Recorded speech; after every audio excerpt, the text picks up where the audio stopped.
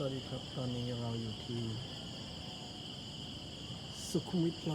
101/1ซอยวชิรธรรมสาธิตซอย37นะที่สถาบันกรุงเทพคริสตศาสนศาสตร์มหาวิทยาลัยคริสเตียนตอนนี้เราถ่ายภาพบรรยากาศในกรุงเทพให้ดูกัน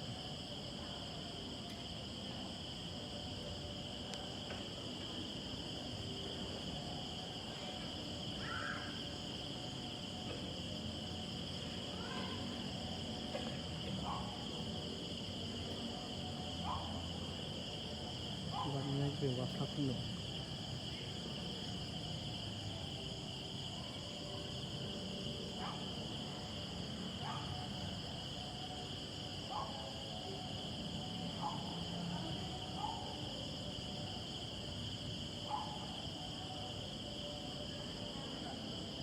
นี่ก็เป็นภาพบรรยากาศครับ